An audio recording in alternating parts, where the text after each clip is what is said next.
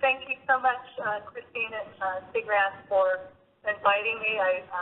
I'm really sorry I couldn't make it in person at the last minute. Got ill the other day. Anyway, I'm from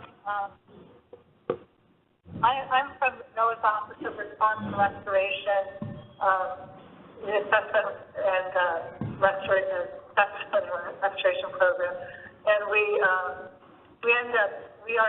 the ones who do natural resource damage assessment at oil spills. So my background is not marine mammals, so if you're expecting a lot of expertise on marine mammals themselves, don't ask me. However, I did lead the marine mammal group for Deepwater Horizon. I've learned a lot, but I'm really going to be talking about this from the damage assessment point of view. So hopefully this is helpful for all of us. This isn't. Oh, here we go. All right. So what I'm going to try to cover in my 20 minutes is a little bit on natural resource damage assessment basics. I'm going to try to avoid acronyms. A few thoughts on just marine mammal assessments in general. I'll talk about the Deepwater Horizon marine mammal assessment and kind of some thoughts for post-Deepwater. What are we thinking with marine mammal assessment? And I really am happy that Liz talked about the response side because that's a great introduction and segue. So natural resource damages are one component of a pollution case. Other parts on the legal end are the response and cleanup, which that's the side Liz was talking about with wildlife response.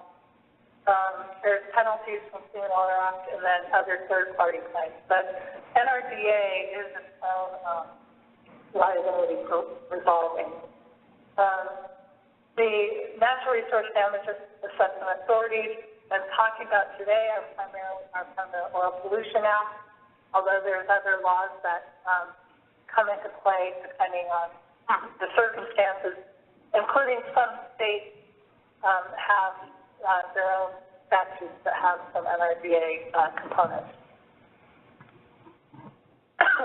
The trustees under Oil Pollution Act are states where a state may designate one or more agencies as natural resource trustees.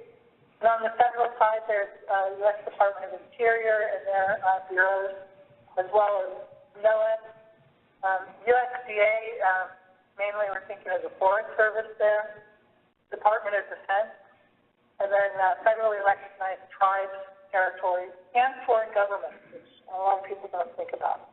That's there's three main things I want to get across about NRDA. First, that the assessment really is restoration focused. The goal is to make the public whole for injuries from oil spills and associated response activities, and to make the public whole through restoration.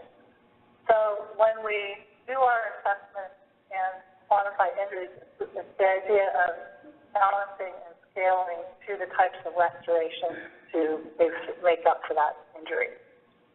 Second point is damage assessment is cooperative, and what I mean by that is, first of all, we are required to invite the responsible parties to participate. So we think there's lots of benefits for that. For one thing, the participation makes, helps ensure that we have a common data set that we're working from. We don't have competing data sets to the extent possible.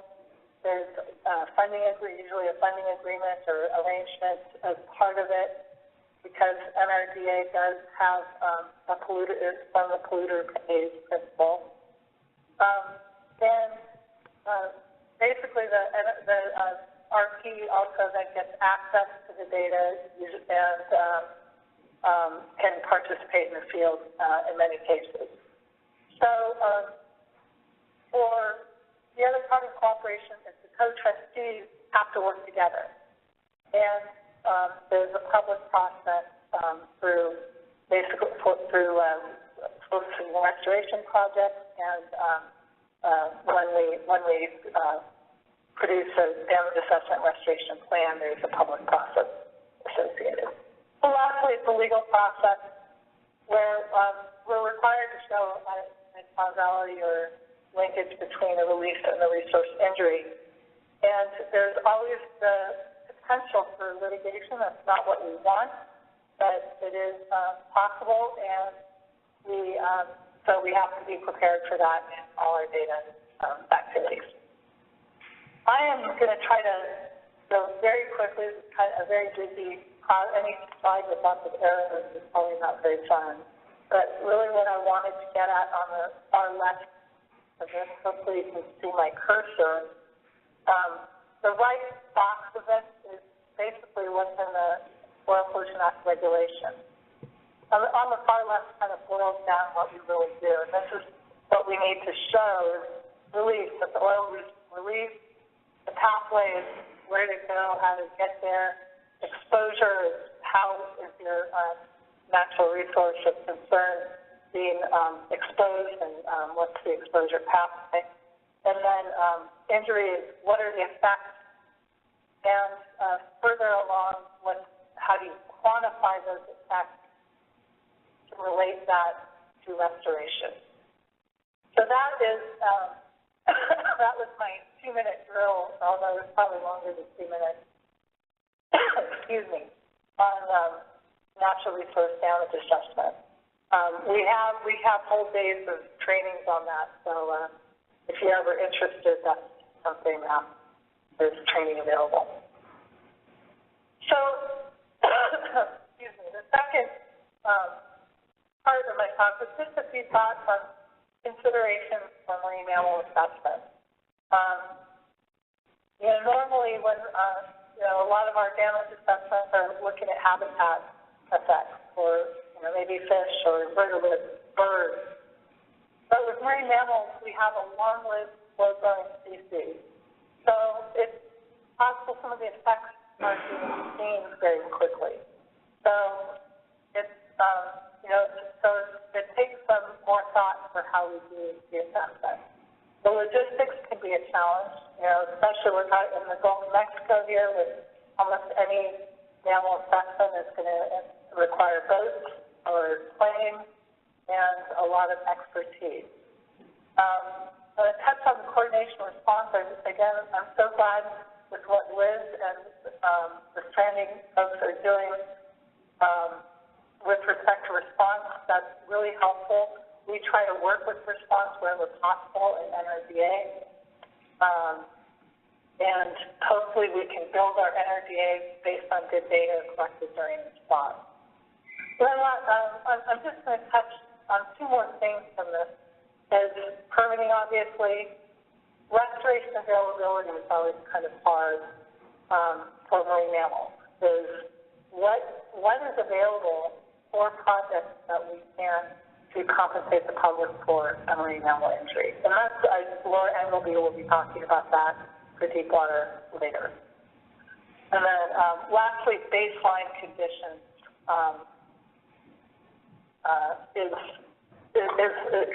it's a challenge for all of NRDA, but this is something we definitely need to consider for marine mammals.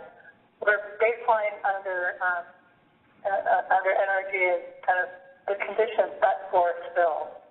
It could be a comparison to pre-spill conditions. It does not mean pre-human condition. It just means pre-spill. Could mean a comparison to appropriate reference site. But the baseline has to do with, what's the, in this case of marine mammals, what's the population been doing that's where the spill. And in some cases, we may not know that much about the population where the spill is happening. And the baseline also has to do with confounding factors and other hypotheses. So, for example, population may have ongoing health and disease incidents. That does not mean we don't have that, we shouldn't pursue an NRDA. We just need to be aware of that. there could be there's an ongoing health problem that really takes them over the top because of the spill. So it's something to be aware of and factor into our NRDA. So, water horizon. There we go. I'm not going to go through this whole slide, but this was obviously huge. 86 days, mile deep, huge, affecting 5 states, and affecting people and the habitats across the Gulf. For the marine mammal part of the NRDA, as Liz mentioned on the response, they ramped up, and there was wildlife response during the NRDA. Some of that produced some helicopter surveys that we then put into NRDA surveys later, as well as helicopter and twin otter surveys. So this map is just kind of a capture of the animals. This is not meant to be quantified or anything. This is just what we're seeing during the spill in the helicopter and twin otter surveys. So there's over 21 species. That includes several stocks of bottlenose dolphins, and ranging across the entire Gulf that we're seeing in the oil footprint.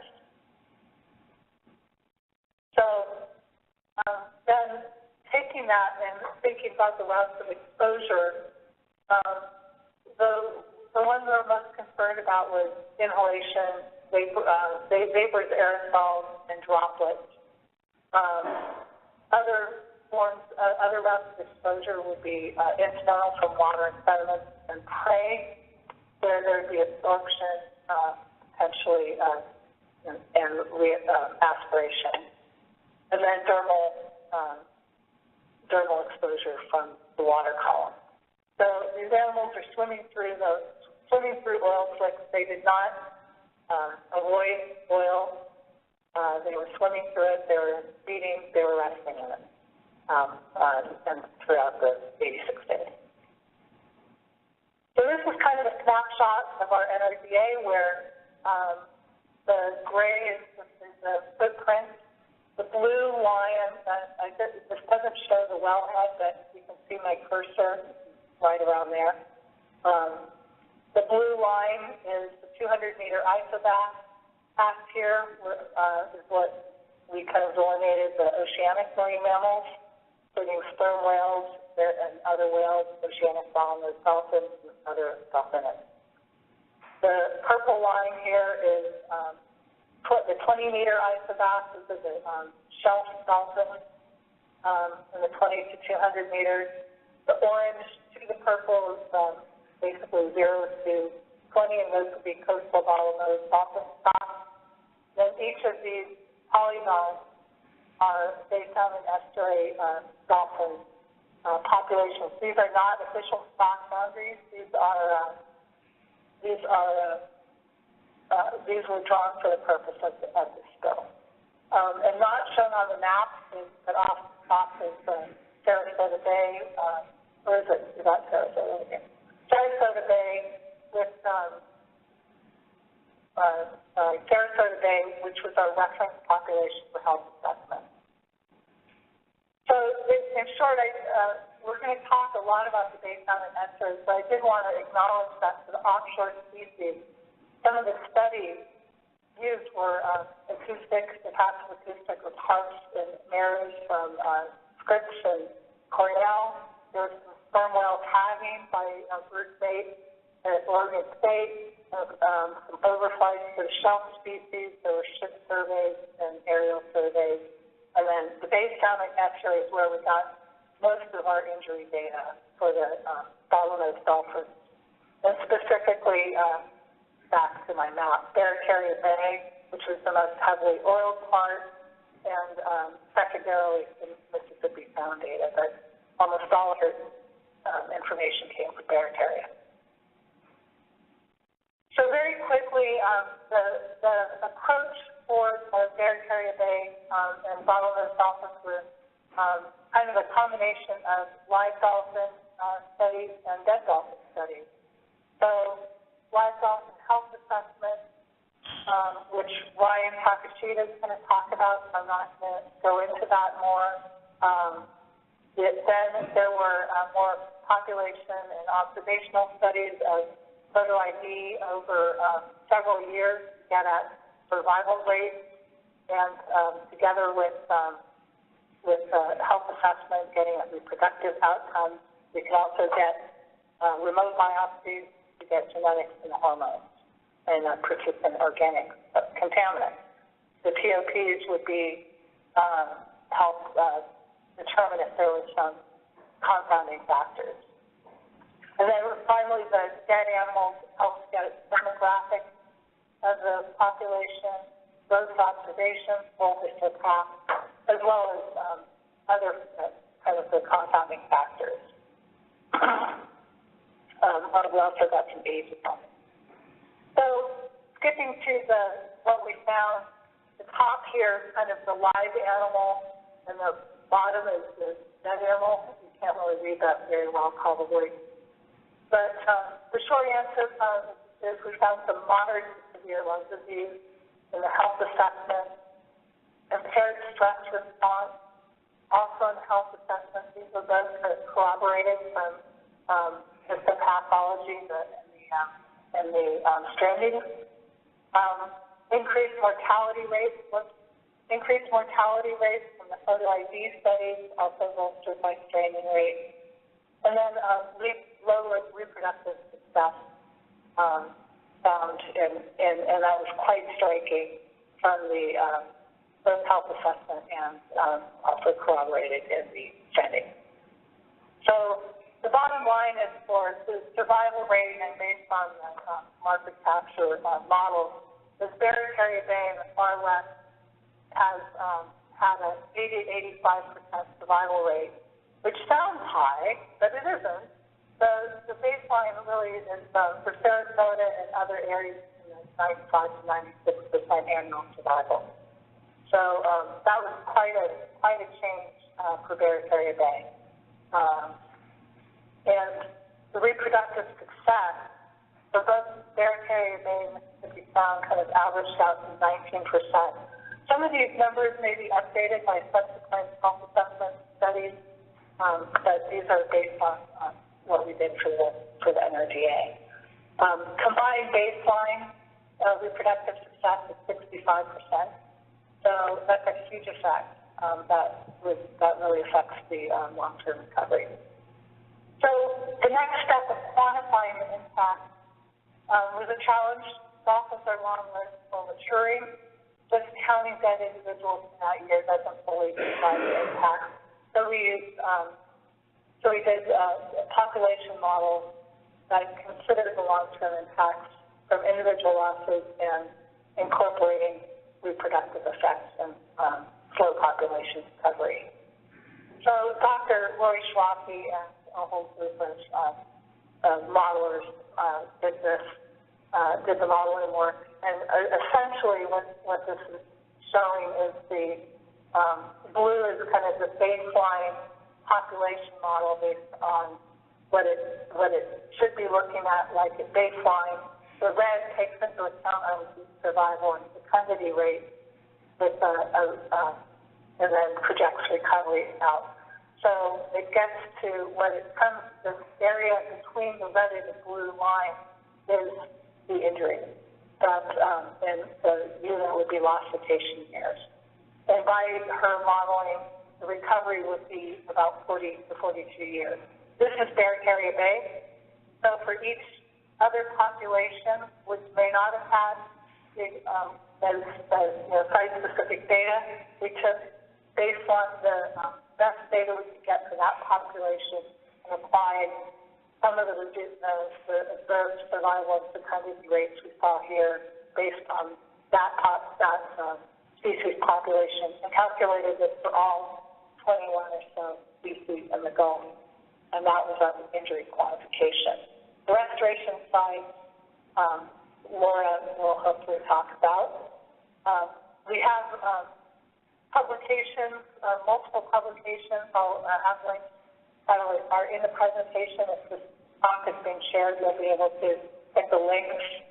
We also have all our publications are also on our website with all the papers downloadable. And then the damage assessment restoration plan is also, I have a link for that. Anyway, so what does this mean for the next bill? Not everything, the Deepwater horizons are hopefully very, very rare, and hopefully we'll never see it again. But there are smaller spills. And this was a real eye-opener on the effects.